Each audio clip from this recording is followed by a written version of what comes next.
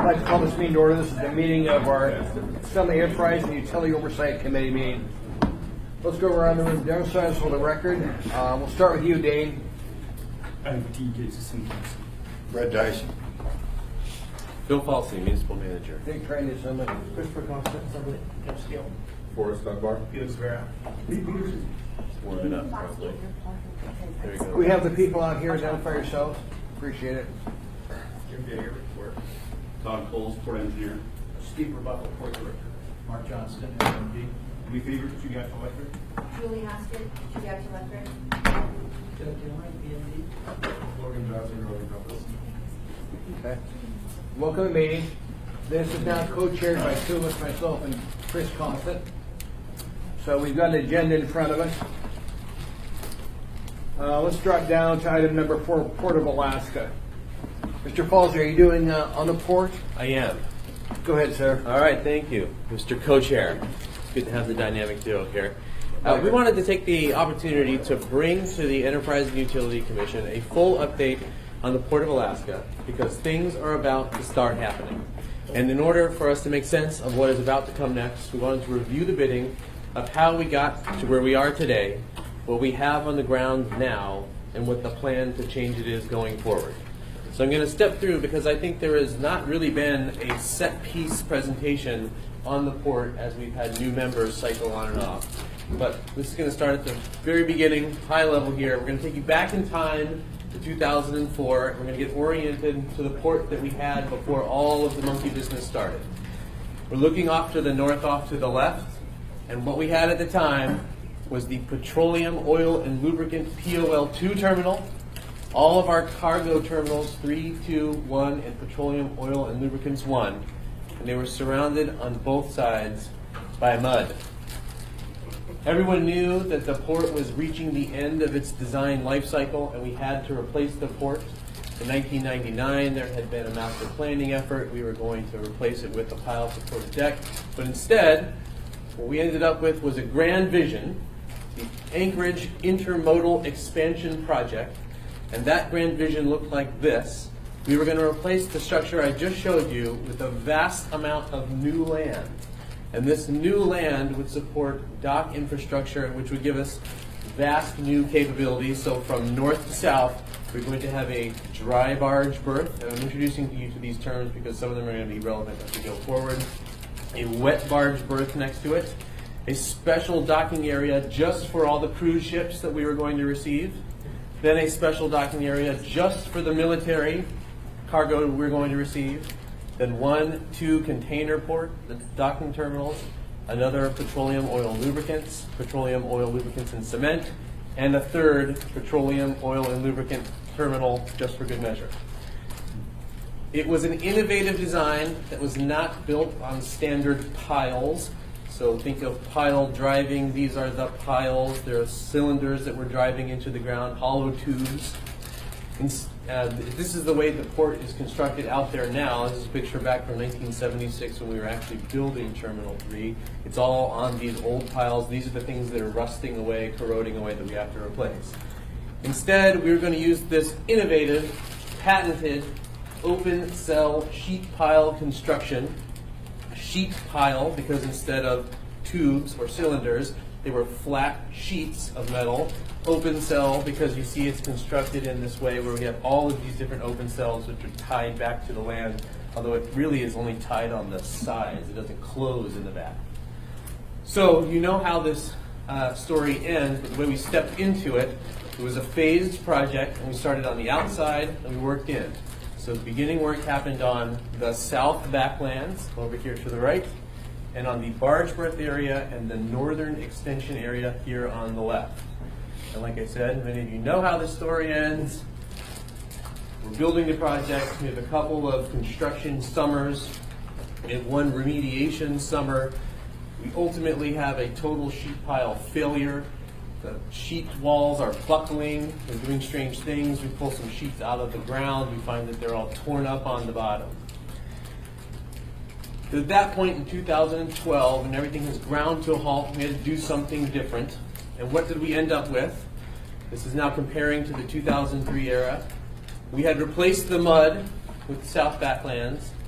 we had replaced the mud on the north with the dry barge berth, the wet barge berth, and the northern extension, and we didn't do anything to the core infrastructure that we had tried to, well, almost nothing to the core infrastructure that we were trying to repair. I think we actually did the petroleum, tell me, Steve? Bill, we added a petroleum line to one of the docks so that we could bring ultra low sulfur diesel in, and brought the rail line on the port that goes around on the east side. There is a road and a rail line that goes off the back, off the top of the page.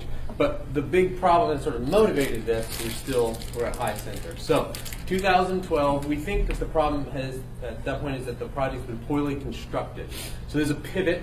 In 2013, the next big idea is that we're going to reassess, we're going to get new contractors to build the project, fix what's out there, and we're going to continue to use the northern extension land, and we'll just build something off of the front of that. In 2013, we thought that was a $602 million project, but it was still early phases, so take that number with a big grain of salt. That project did not last long in that form. Dean, you want to? Sorry. How do you end up at 80% confidence level? What's that mean? I'm going to pivot to one of these guys who told me to use that phrase. So the confidence level is a band within a statistical analysis of project risk that can affect the cost and schedule. There's a Monte Carlo simulation that's run to try to bound the contingencies that could happen and could drive cost and increase schedule. And we did the introductions quickly, but this is Todd, our project engineer, who's been with this story since almost the very beginning, right? Yeah. Mr. Dyson has a question. Please, Dyson? So much for your friend, a spectator from the early part. Fred? Did we have performance bonds backing up these contractors? Mostly no, and I've purposely avoided a lot of the ins and outs about how the project failed because we're still in litigation with the federal government about that. That is one of the things that we are complaining about, that we had a 2003 contract called Memorandum of Understanding with MARAD. MARAD held all of the contracts and over time told us, you cannot talk to our contract, you cannot give direction to our contractors, but among the many things MARAD did not do was require any kind of reasonable bonding or surety. So there was no pot of gold to recover from when everything went south. So That's a very important question, and it's sadly true. Right. So remember, we were going to pivot off of the stalled project by using the northern extension land, but we needed a second opinion, so we went out. CH2M Hill was contracted, and Valentine's Day 2013 they gave us this Valentine's Day gift. They said, we took a hard look at this, we went back at it, and we were looking at the northern extension area in these four chunks. And from left to right they are. The dry barge berth, and if you look at the bottom here, this is the smallest part. It's only 26 feet high from, I guess this is mean high tide level up to the top? Plus 10, yes, plus 10 and mean low water. It's mean low water, so 26 feet all the way here to the north. Then they looked at the wet barge berth, which is 63 feet. The northern extension 1, they broke it into two pieces, average height 79 feet, and then finally northern extension 2, 89 feet, so like an 8-story building of sheet pile. And they said, we did a full assessment, and here are the results. Excuse me. May I? Mr. Dyson? Yeah, go back one. So the delta on the heights there, that's the difference in the depth of the water, not that those things stick that much higher above the ground. That's right. From the user's perspective, it's all flat land. Yeah, We're yeah. just attending All right. to the subsurface. Okay, all right, thank you. Before we begin, Mr. Falsey, we've been joined by Mr. Croft. Welcome, sir. Mr. Brown. Mr. Falsey, go ahead. Okay, so CH2M Hill does the suitability design and say, good news, the dry barge berth works. You can use that. Bad news, the wet barge berth has major defects, and its factor of safety for static global stability is inadequate, which in non-engineering speak means if we have big earthquakes, it's going to fail. It's not going to work. Moving further to the south, Northern Extension 1, even lower factor of safety for static global stability. And finally, Northern Extension 2, the most dramatic construction defects and is globally unstable. So that leaves us in a place where we go, good news, we've got this dry barge berth, which was kind of a nice to have, and which we are using today. And what we ended up with when we replaced the mud with the rest of it is all garbage. And not just garbage that is annoying that we wasted money, But unsafe. garbage that we have to get rid of because if there is a big earthquake, it could all catastrophically fail and slough into the inlet or interfere with some of the docks that we actually are using. So now we need to go back to the drawing board. And in 2014, the pivot that puts us more or less on the direction that we're looking at now is to say this intermodal expansion is not the project that we have in mind. We are just modernizing the port. We're more or less going to replace what we have out there. But it has to now feature a new significant cost of tearing out most of the northern extension. And then, and only then, can you pivot to the core infrastructure that we've been trying to get at since even early days, 1999, 2004. The final stage of this would give us, much like what we have out there now, but it's spaced out a little bit differently. We'd have 2 petroleum oil lubricant terminals, the 2 cargo terminals, and then a pared back northern extension. Wind the clock forward to 2016, the designs are in flux. And it changes in a couple ways. One is this removal of the northern extension is incredibly expensive and it's preventing us from getting to the part that we really care about. So we thought, is there some way that we can pare back the most problematic? So we'll work on the nose and we'll break it into 2 chunks. We'll phase it where we take off the nose first and we'll catch the rest of it at the very end when we're just doing the kind of cleanup. And that hopefully should let us get to the main core infrastructure a little quicker and with less expense. Otherwise, though, we end up in largely the same place. We have the petroleum terminal, which is now changed terminologies. We're not POLs anymore. Now we have the petroleum terminal and the petroleum cement terminal. Then we have the 2 main berths, which are largely used by Matson and Tote. And finally, we have removed the northern extension. Okay. Because this is more or less the phasing that we're on now, I'm going to step you through each of the phases to see how we think this is going to unfold in fairly short order.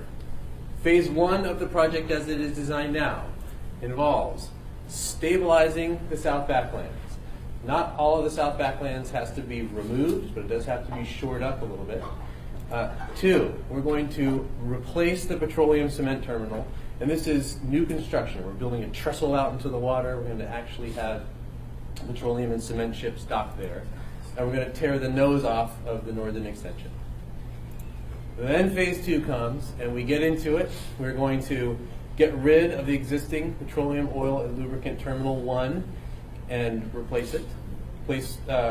Terminal 2 gets demolished and replaced, and terminal 1 gets demolished and replaced. Then we're into phase 3. Hey, Bill. Yes. Mr. Chairman, do you mind? Go ahead, Mr. Croft. Yeah, so back on phase 1, we're stabilizing stuff that's pretty far back. What does that mean? I guess I'm used to stuff that is at the water's edge. I think it does come more or less to the water's edge. I just highlighted the box because that's where the label is. The action's happening at the water's edge. Okay. The shoreline, having to armor it from an erosion protection perspective. We're also having to improve the ground by mixing cement actually into it deep to keep it from sliding and taking out the trestle during a major seismic event. Okay, so it's shore side of those extended petroleum and cement receiving docks. Yes.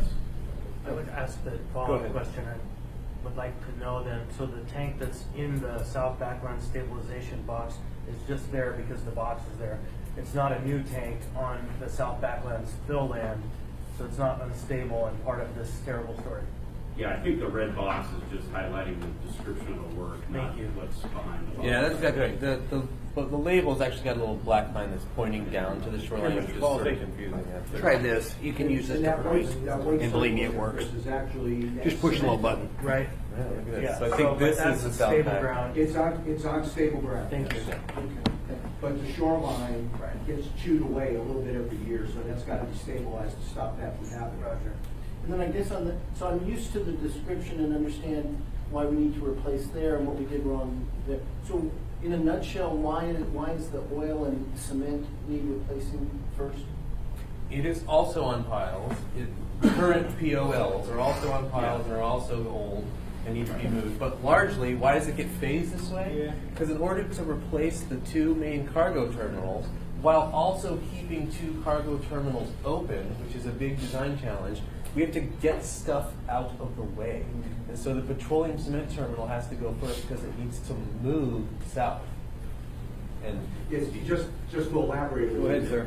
Eric. That POL1 area is shared by petroleum tankers and by cement deliveries, because it's the only place you can put the apparatus needed to offload the cement ship and not interfere with the rest of the operation. When a cargo ship with cement comes to town, it could be here anywhere from 16 to 21 days, and they only come in the summer. You couldn't make any kind of an appreciable dent in a construction schedule if 4 times 21 days every summer, that cement ship was in your way. So the best way to get it out of the way is to construct new and take it out of the area that needs to be focused on to do the major cargo dock construction projects. So in essence, they get the benefit of having to get moved first, How do you offload cement and oil while that construction is going on? because they'll be on that new petroleum cement terminal. We won't start any construction on the main dock until the new terminal is open and operational. Then they'll do it all down there, and they won't have to do it at the old put. so today, when the Is that- cement ship comes to town, is that it's far here. away? Yes. And tomorrow, when the cement ship comes to town, it'll be way over here. And so, like characterization of phase 1, it's this preparatory work of moving everybody out, but it's also very meaningful work because the petroleum and cement terminal is a real core infrastructure. Right? The cement that we take on builds the whole state. Okay, phase 2 then is our very expensive phase where we're building the core main cargo terminals. Then phase 3, we are building the second petroleum terminal. PL2 is demolished. And then finally, phases 4 and 5, which we have here together, we are cleaning up the rest of the northern extension and then demolishing Terminal 3. And that leaves us with the final project. Since we have been really into this, the costs are only escalating. So I'll give you a flavor for what is causing those costs to escalate.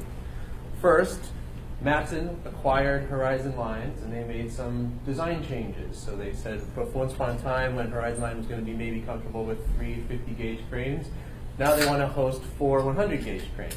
Now they have to pay for a lot of their own infrastructure, but our dock has to be able to hold the kind of infrastructure they want. So when you change the gauges of the cranes, the dock physically gets bigger, which drives the cost up. Mr. Hollis, let me interrupt you. Didn't we have these big cranes before and they were sent somewhere else in the world because we weren't able to take them at that time? Yes. Okay. Yeah. So it's nothing new. I mean, they planned for them originally, but we couldn't put them on there because of the problem with the port. Yeah, in the days of Horizon Lines, they would have been satisfied with 3 100-gauge cranes. But Now they want 4? Changed the business model, now they want 4. And if we want to stay competitive with the rest of the world, we've got to have this facility there to offload the cargo. Anyway, Mr. Folsey, go ahead. I'm sorry for interrupting you. Okay, and as you further design this project and start taking it into permitting, things arise you didn't anticipate. This is one. The Army Corps of Engineers has asked us to move the petroleum cement terminal from where we originally thought it was going to go. And just for flavor, I will give you I'll step into this in hyper detail just so you get a sense of where things are changing. We originally designed the petroleum cement terminal to live here in this box, and that was nice because the current subsea dredging that happens along this line.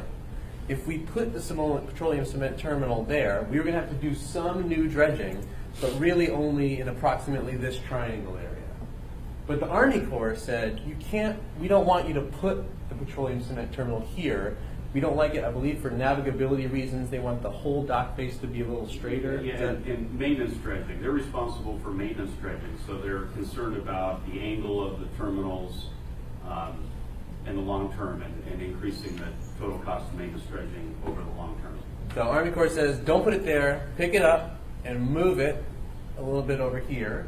It doesn't seem like that would necessarily have a lot of design money impacts, but remember the dredging line was way up there, and if we put it here, now the dredging has to come way back here, which means we're not just doing that little triangle, we have to carve out all of this under the subsea and then maintain that. So these are things. Just to show off your PowerPoint skills. I got to keep myself interested in this somehow, Rob. Separate class he takes in law school. We have That's about right. 8 minutes. 8 minutes. Okay, we'll see if we can get there. All right, so that's one. The Army Corps has also realigned part of the Northern Extension 1, which changed our excavation costs. When we were strategizing or scheming out how the petroleum cement terminal is going to work, the pilot simulation suggested that we need additional tugs that are called Dolphin class tugs. That's a cost that we didn't realize was going to be necessary from the beginning. The seismic stability requirements have changed since we started.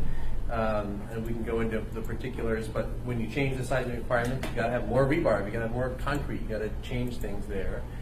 We have started a test pile program where we literally drove a bunch of test piles into the subsurface there, and what we discovered was you have to go much more slowly than we thought. And we thought we could do 4 a day. Turns out we're probably going to be able to do 2 a day. We've subsequently gotten additional requirements from the federal government to do additional acoustic monitoring. I think that has a beluga whale tie-in. The pile length is changing because of some of these requirements. And because we are breaking this into phases, because we suspect that we're not ever going to receive all the money we need to do this entire project at one time, there's some diseconomies of scale because we're picking up and starting anew at each phase. And time has just passed. So when we start designing this project long ago, now we're in the future, costs have just increased through inflation and other things. So let's talk about the actual bottom line, and this is one of 3 pieces of new information I'm going to give you today. Phase 1, we think is going to cost $217 million at today's best estimate. That is, we're removing the petroleum cement terminal, spending $124 million to actually pick it up and move it. We're only at the early design stage, so things could change, but this is our best number now. We do have to do that stabilization work on the South Backlands, that's $15 million. And we got to tear off the nose of the Northern Extension, that's 78. So you add those 3 things up, you get the first phase costs. I know we're pressed for time, but just carrying out what we did before, 78 million.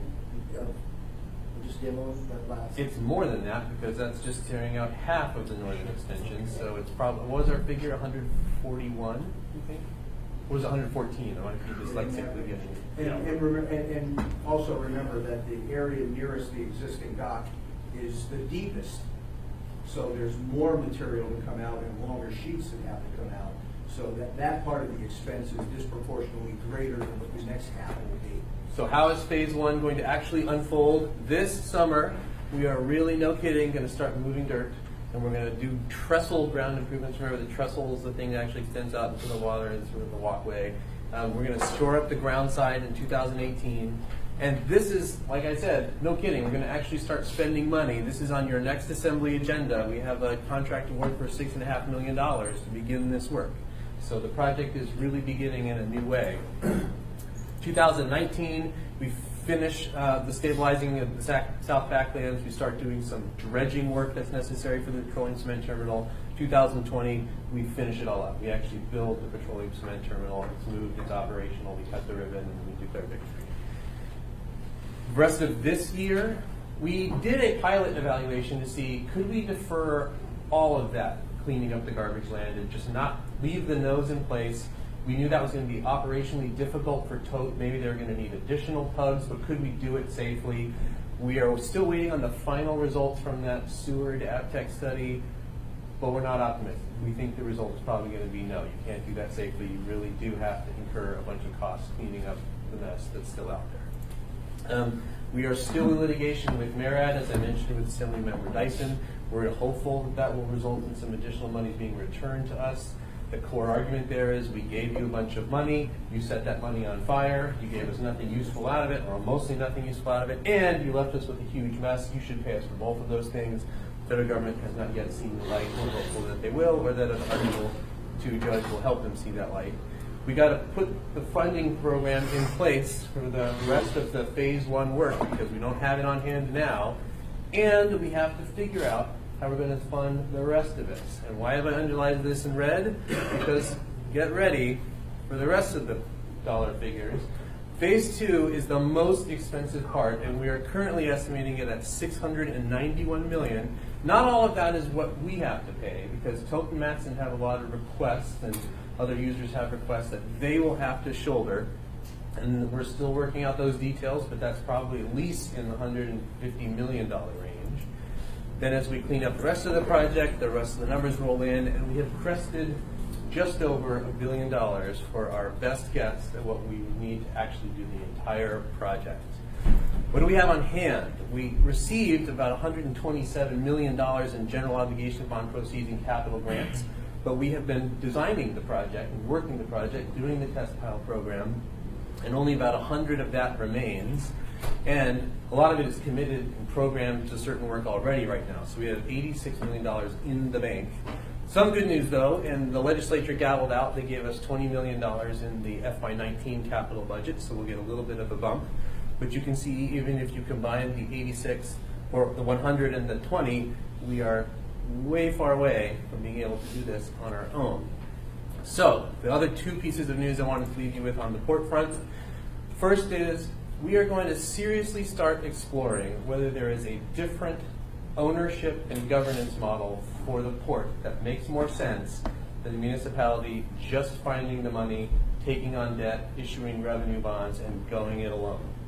So we are anticipating this will happen in two phases, that we will put a request for proposals out on the street today or later this week that will say, we want someone with expertise in port construction projects, port governance projects, and public-private partnerships who could tell us whether it makes some sense for the municipality to change the way it owns and operates the Port of Alaska. And that can be anything from, you should be a simple landlord, and you should just collect rent from people that rebuild the port for you, or you should be a concessionaire, or you should collect money from concessionaires, or you should joint venture with some users or with an infrastructure bank. We don't know. And the upshot of that would be, if they tell us that there is good reasons to think about not going it alone, we might then issue the second RFP that says, anyone in the universe who has a good public-private partnership proposal, come to us and we will assess that. The other is, we know that we are probably overdue for a tariff update. As we have been having this conversation in earnest, we have been told first that we are just about time to do a tariff revision anyway. We've been doing them on a cycle. I think it's a 5-year cycle. We're close to that now. So it's due for a refresh. Our tariff has historically been sufficient to cover our operating expenses, but it was never sufficient to build a war chest to replace the port as it needed to be replaced. So we have good reason to think that it has just been historically too low, both on the replacement of the duct's cost assessment, but also on a return on equity basis, that we have a lot of equity, a lot of risk in the port. We don't get much of a return from it. We're not really getting a dividend from the port. And as compared to our peers, we had a visit from one infrastructure bank who said, you know, Hawaii is probably your closest, and they charge 3 or 4 times more than you. So we may start a process to give you a tariff revision in short order. You're going to get a scrimmage of that at the next Assembly Agenda 2, because we are actually sending you the tariff to be revised, mostly just to clean up the name from Port of Anchorage to Port of Alaska. But that'll socialize you into the process, which is that the Commission has to ratify the proposed tariff changes, and then those come to you for adoption. The tariff is part of a revenue bond, or tariff is just pure tariff? Pure tariff, meaning the rules that govern the port, both on how much money we charge folks and on how you get to reserve the dock, that kind of thing. This change actually is just the name change, plus a different way of making sure that you get to pick your space in line. The revenue bond, Go ahead, Mr. Croft. I'm sorry, would come out of that as well. I mean, when we talk about revenue bonds, we're talking about saying you will pay for this with assessments on the shippers. If you did revenue bonds, you would pledge the revenues that the port makes. Those would be tied to the tariff, because the tariff sets those along with 2 preferential use agreements that we have with Tote and Matson. And that would be a totally separate assembly action where we would have to, much like we come to you with water bonds and electric bonds, come to you with revenue bond proposals from the port. Now, it may be that that's what it looks like. It may be that we do this in a project finance way, where we spend the money in the bank, we have to design the project fully, and then as we actually start constructing it, we do kind of real construction loans on each phase that are secured by the physical infrastructure that we're about to build. That's what we need urgently to figure out this year. And Steve, you had one. And I'm done. So We're good, because we're out of time on Maybe said another this. way is, we know we're going to have to bond for some amount of this. our rates will need to be adjusted so that we can confidently pay those bonds, pay the interest and the principal down on those bonds. So they're tied together. And so there will probably be several iterations of this as we step through the phases to make sure that we can cover any debt we need to take on. And we think of the port as the port, but you could split it up into different chunks and say the petroleum cement terminal is paid for by the petroleum cement terminal users, and they have a differential rate and a differential revenue bond structure or a differential project finance arrangement, and then the cargo terminals are treated differently. We're going to own the cleaning up the northern extension. There's nobody else that's going to help us with that, absent the federal government. But that's why I wanted to do this set piece for you. Good, thank you. Mr. Dunbar's got a question, sir. Yeah, and you might have partially answered that, and basically given the answer that's impossible to know, but can you give me a rough estimate of what percent increase in tariff we're talking about? No, not yet. But by the time we're ready to get there, we certainly will be able to tell you that. And I'll say that the percentage increase will be an interesting data point, but there is some reason to believe that our tariff has been such a historically sweet deal that you could quintuple the tariff and the effect on a gallon of milk would be a dime or something. So we'll want to make sure that you have both windows into that, what we're doing to the tariff as compared to the status quo, but also what the real world effects of that is. And remember that the tariff ends up being paid by consumers, but a lot of those consumers don't live here. The goods are 45% of everything that comes into Alaska, and they ultimately go It's to true to Port of 85% Alaska, of the Mr. states. Falsey. And that's your point is, the goods aren't purchased here, they're purchased all over Alaska. So we need to keep stressing the Port of Alaska. Because some legislators haven't figured that out yet. That's all true, but it's also true that you might end up with a headline, something like Port of Alaska increases its rate by 200%. We probably will. That could very likely happen. Something to look forward to. Mr. Steele, The problem is that you're designing the port for the current needs, and things are going to change, and we don't have anything, anywhere to grow, anywhere to do anything better. Would it be better to find a different port? Well, I think there's a lot of ways to answer that, but I think we have looked at the future. I think some of the design assumptions are when the modal expansion were a little optimistic, but I'll pass this on to Steve. Mr. Dyson, final question from you. I was just saying amen to what Tim said. You want the 100 words or less version? Yeah. We could talk for hours about this. Okay. You have a port today that has a utilization rate of about 40%. That means 60% of the time is absolutely nothing going on here. So if there's growth to be had, it's going to be because of growth in the population and growth in consumer demands and those kinds of things. And until that happens, the port, the size that it is now, but modernized, is sufficient. You just keep adding port calls. Where are you going to store Yeah, stuff? you can have port calls long before you've got to add more port. And in that new design, there's extra room now at the north end if in fact you can make a business case for needing another terminal. So Okay, Chris, I want you to take over the next portion. portion. Yeah, worry less about that than something catastrophic happening. That was 500 words.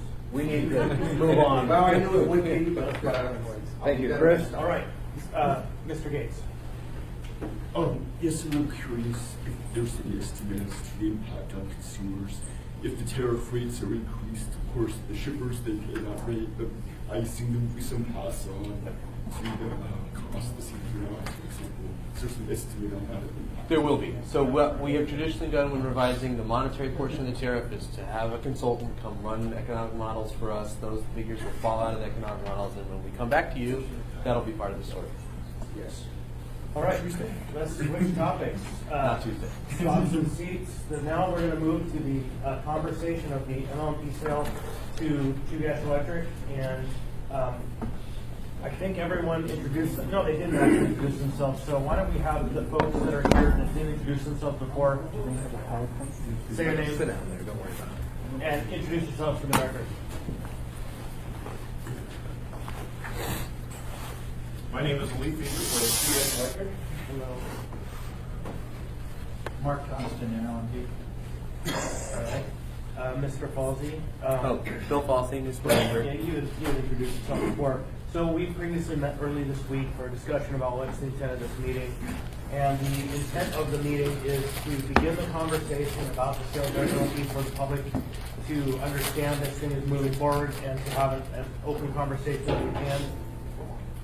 And so I'm going to hand off the conversation to start with the timeline. Okay. I think this is not a surprise to anyone in the room, but the timeline has only really 5 milestones on it right now. Back in April, we began negotiations for actual purchase and sale agreement for a real contract in earnest. This month, we have stepped into no-kidding due diligence, which means both sides are issuing voluminous discovery requests to each other. We got to find all our leases. We got to find all of our contracts. We got to send them over there. We're going to make some requests to Chugach similarly.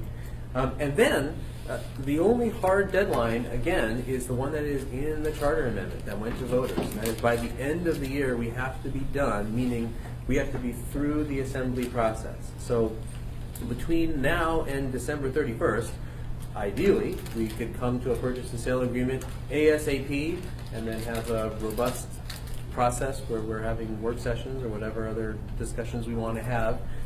But that will largely be driven by however long it takes to finalize due diligence and to finalize the purchase and sale agreement. Once the Assembly's taken its action, assuming it is an approval or ratification, then we go to the RCA. The RCA, by state law, has 6 months to figure this out. We could actually even extend it a little further than 6 months, and somewhere after that approval, assuming we got their approval, we would close the sale. So that's the timeline as it exists now. All right. So I would love to hear just from the parties what their perception is of what's going on right now. Lee? Yes, thank you. First off, Chugach is very excited about this process. We got a 65% voter approval, which I think is great. That means that everybody's behind this project. And so we're excited about bringing benefits back to ratepayers and back to the municipality. Of course, could you get the lights back there, sir, as you're walking out? Thank you. And I think, what Off or on? Thank you. So where Chugach is right now is, what we've done in the last 30 days is put together a team to get this process moving on. We've got the attorneys on board that are putting together, kind of finalize the term sheet, move into the asset purchase agreement.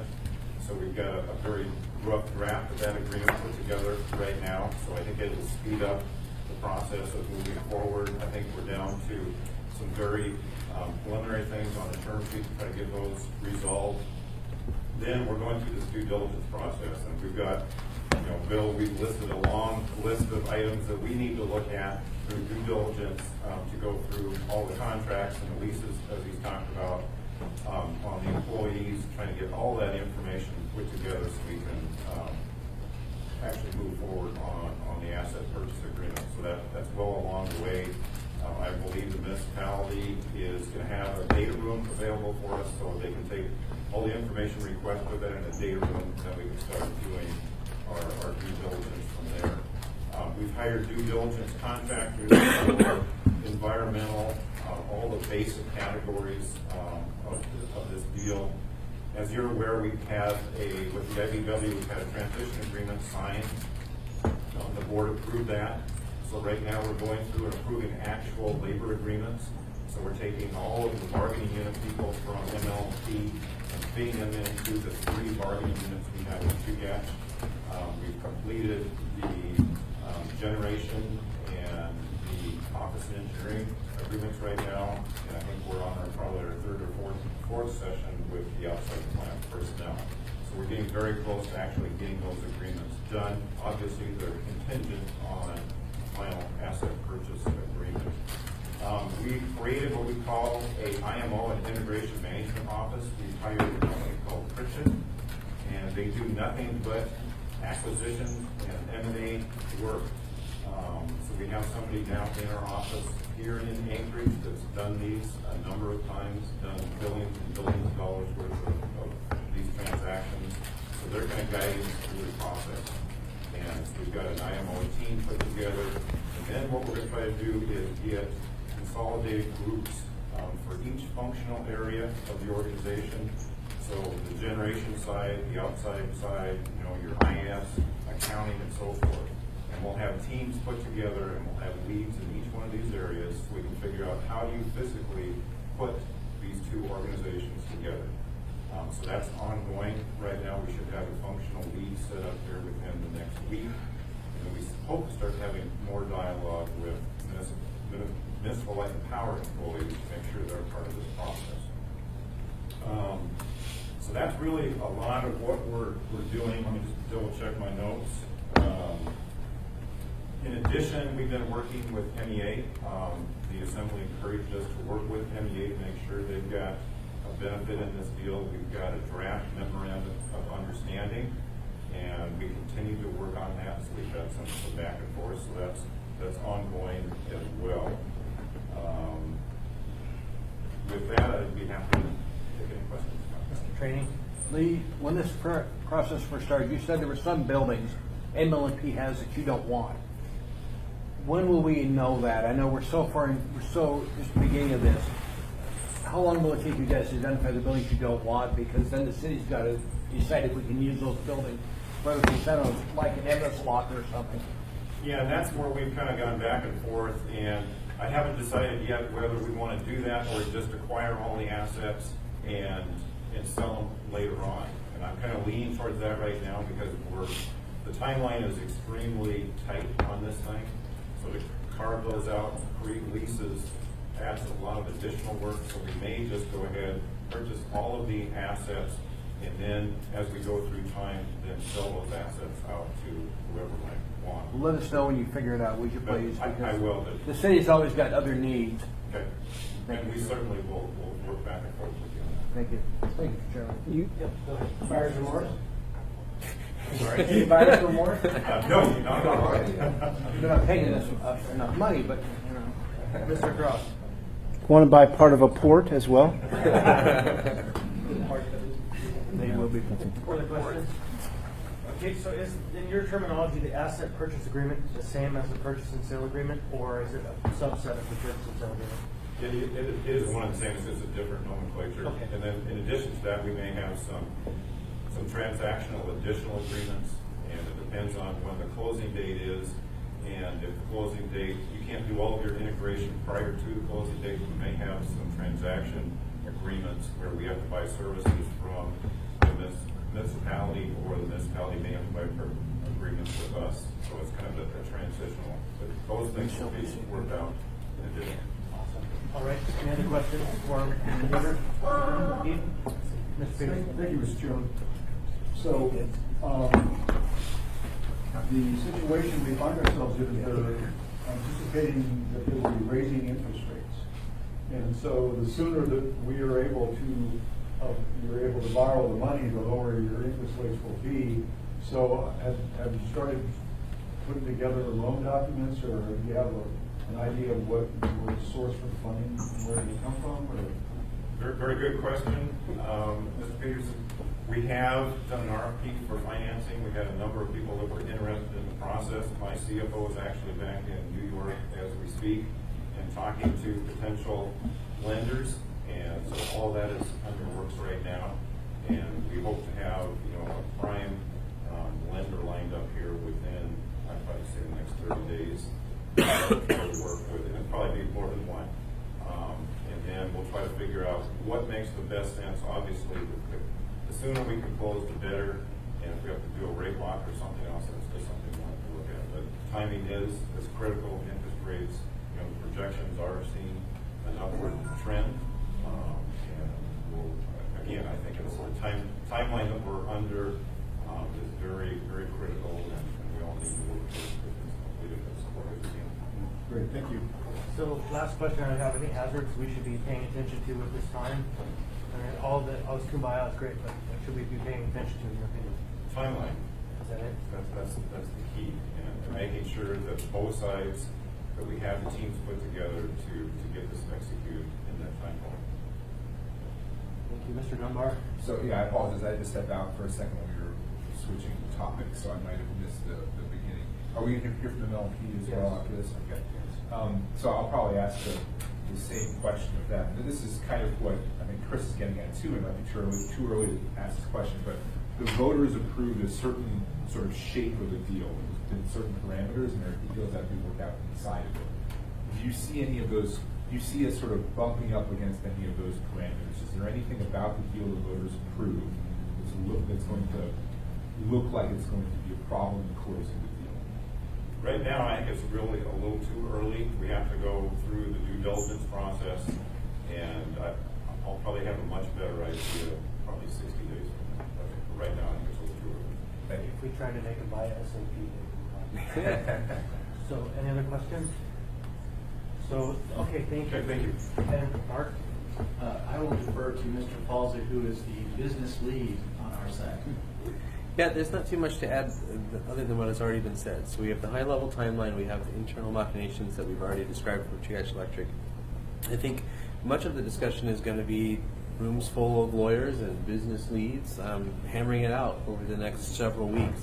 And in talking with our own financial advisors, we are going to invite Chugach to come into MLP and continue the conversations with the employees, and that should calm some nerves and give some people some good consideration.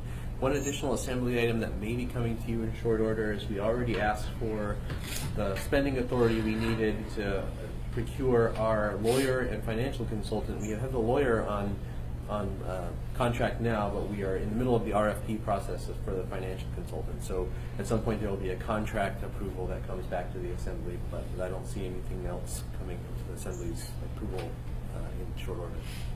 Okay, so Mr. Training, you have a question? Just a comment. As we get this process done, I'd like to have this thing wrapped up in October, November timeframe, because we get in the budget cycle. I want this thing in front of the Assembly to have the time it takes to debate this and get a passage, because I don't want us to run the clock out on this thing. So the anticipated goal for introduction is the first meeting in October. And this committee will be meeting once a month or more often if we need to. I don't know, is that a realistic time frame, Mr. Paulson? Aspirationally, sure. We'll know more when we really get into it. As we get a lot closer to October, we'll know how realistic October is. We're certainly hoping that we can get through the bulk of the work in short order, but I don't think we'll know until we're really in the throes. That's the target, though. Mr. Dunbar? I mean, just because I have you here, and it seems like we have a couple extra minutes, and we have MLP here as well, you know, a sort of long-standing issue of mine is the water allocation coming out of the Cluna Reservoir, dealing with the Cluna River. I spoke with Yuli about a small appropriation in your budget for next year to do a study on how much water we need to restore that salmon stream. Is that still on track? It's still on track. It's our indication to put, we'll have an estimate put together for the budget for this year. That budget will be put together in the probably August to October timeline, and the board will approve it in the first 2 weeks of November. And that still will be a provision in there for kicking the study off. Excellent. Thank you very much. All right, other questions? So Mr. Training had requested information on the high interest debt, and Mr. Charis? Yes, sir. Could you sent me the email, would you give everybody the information on it, please? Certainly, and I only brought 7 copies of all of the debt series we have. So if anybody's interested in seeing these, this is our GO bond, general purpose, rules, civic ventures, and so forth. It's exciting reading. And I think the short story is that we have, I'm not sure what you would call high interest debt, but we don't have, the highest, I think, interest cost we have now is some coupons at about 6.5% for the electric revenue bonds for BABs, which would be Building America bonds. Those would be fees at such time as we complete the sale. Otherwise, all of the bonds within the municipality are managed to have coupons within 3 to 5% range. We have short-term borrowing, which is in some cases lower than that. Our TANS notes, for example, the tax anticipation notes, are about 1.5%, a little below that. So I'm not sure what high interest rates would be, but I don't think we have anything that we would consider high interest. And one of the things we do is we are constantly, as soon as one of our bond series has reached that 10-year call provision period.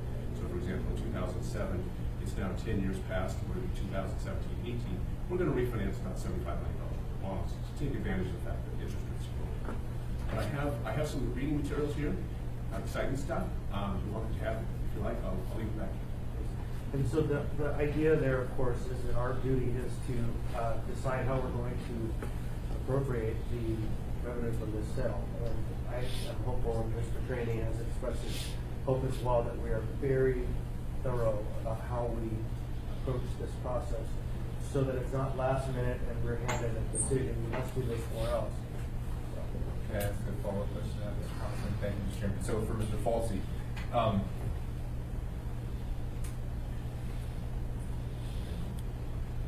I think to a certain degree it's a little bit kind of putting the cart before the horse for us to discuss, how we're going to disperse this revenue. When right now we're talking about consummating the sale. I know why my colleagues want to do that, but I guess so. My question is sort of, could we do the sale with no real idea of where the revenue is going to go, and then take a considerable amount of time, I think as Mr. Constant, not wanting to rush it, and deciding where that revenue would go?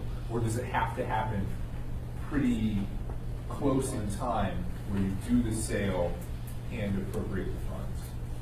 The answer is yes, you could definitely do it slowly, and further, you will have to do it slowly for reasons I'll describe. So first, when the sale closes and the check actually comes across, it'll hit the unappropriated general government coffers, and at that point it could be immediately appropriated to blast out municipal debt or to go into the trust. Those are the two options. Or it could sit there for a while in an unappropriated form while we figure out what to do, and we will be very thoughtful about that. But after you make that, remember, the Assembly has to make that decision every year for the following 30 years. So there's many bites of the apple when we get these payments. So it takes 30 more years to work. Right. Well, but the first check is the big one. And Right. We have a due diligence responsibilities, members of the Assembly, to figure out what the highest, best use of those dollars are. And there's a budget cycle that's immediately happening after the sale is transacted. And so the timing is important. Any other questions? Oh, Mr. Trini, you have one. My goal is Mr. Steele, I'm sorry, Mr. Steele. I guess my concern, being a user in LNP, electricity, a customer, if you will, are you hearing anything from customers in terms of what's this mean to me? How is this going to impact me? And am I going to end up a short straw and take bill? We have actually not had much in the way of communication. Leading up to the vote, there were a number of questions, and we provided them links to information both at poweranchorage.com and on our website. And we haven't had a lot of concern or excitement expressed by any of our customers related to the transaction. I think at this point, they're just waiting to see what happens next. The 65% voter approval is good. Did anybody look at the nuances to see was there a difference in how the citizens in general voted and how customers of MLP voted? Anybody look at that? We did not. I don't know if Chugach looked at that, and I don't believe the city did either look at where the votes, the no votes were dispersed. Yeah, and we really don't have any option. We're going to take the electricity, and I think it's a good thing. I think it's going to be savings overall, elimination of duplications. Mr. Traney. This is my process. What I want to do with this, just to make sure the public knows where we're planning on spending the money. Because when you get a bunch of money in your house, you decide, what can I pay off versus high interest? Can I pay off my interest, to pay off my mortgage, or don't I? Where do you spend the money? I don't want somebody to have a pot of money out there, much like the state legislature, where they can willy-nilly spend the money. So my goal is to make sure this money is kept intact for the future, because we're never going to get another pot of money coming into the city bankage like this. The next thing would be Marriott if you ever settle with them, but that's a whole other story. So on a slightly separate topic, but on driving to work today, I heard a report on a $40 million rate issue with sand filling into the gas fields. Is that anything everybody's paying attention to? No. I'm not aware of that. We had the working interest owners meeting yesterday, and I haven't had a chance to talk to our representative on that group. But from my understanding leading up to it, that the folks at Hillcore are actually very positive about the field and its operation and the way that things are working at this point. The 19 budget is being worked on to figure out when we do drilling, and it will probably be next year. There are workovers for the existing field this year. They've looked at a couple of other improvements to the field that I'm not aware of anything, but I can certainly try and get back with you. They mentioned a 20% loss of capacity, and but I don't know which field they were talking about. They said responsible for providing gas for most of South Central. So, well, and there are a number of fields. Most of them are owned by Hillcore, and we have seen a decline in Beluga, and that's expected. You know, when the well comes on, it produces at a fairly high level, but the rate of decline can be anywhere from 9 to 20%. And you can do certain things to improve the production. But I believe that we have stabilized, and we picked a number of plateau at which we would produce, and we'll continue to invest to ensure that plateau. yeah, so I would love to have more detail on that kind of report, because they definitely said that they've asked for $40 million to the RCMP passed on to the ratepayers to afford the repair of this facility. It's a very strange out of the Okay. That's CINGSA, the Cook Inlet Natural Gas Storage Facility, and they filed a rate case and a request with the RCA. That's the storage facility that both Chugach and MLMP are customers of, and they are looking to drill some additional wells to increase the throughput, so that you can either get it out faster or put it in faster. And they are looking to increase or do some work on the existing wells that would assist with that.